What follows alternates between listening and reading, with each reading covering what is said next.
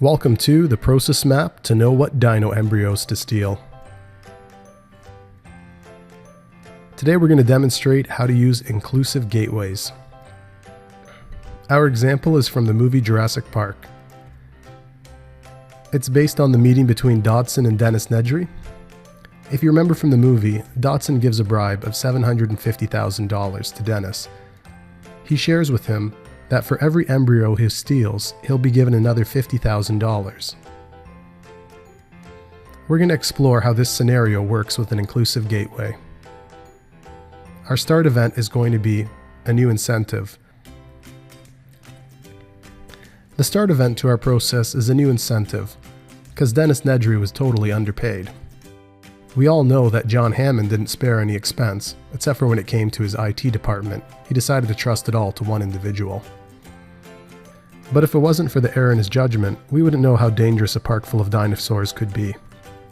Looking at our first task, we can see it's determining what to steal. Our next shape is our inclusive gateway. Our inclusive gateway is the purple diamond with the circle in it. An inclusive gateway is different than an exclusive gateway in that you're allowed to follow more than one path.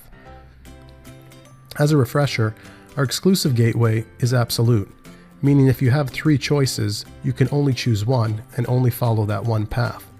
An inclusive gateway, on the other hand, allows you to follow all paths that are true. Before we look at the paths for inclusive gateway, I also did want to share that there are some inconsistencies with the movie. In our example, we're assuming that Dennis was paid in advance to steal the embryos.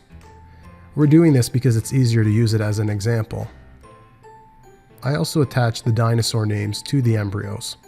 Of course, we have no way to tell if this was going through Dennis's mind at the time. However, maybe I can send a Twitter message to the actor that played him and see what he thinks. Now let's take a look at the paths leaving our inclusive gateway. We can see if Dodson gave Dennis an $800K bribe, Dennis would steal the Triceratops embryos. However, if Dodson gave Dennis an $850K bribe, he would steal the Brachiosaurus embryos as well as the Triceratops embryos. And that's really how an inclusive gateway works.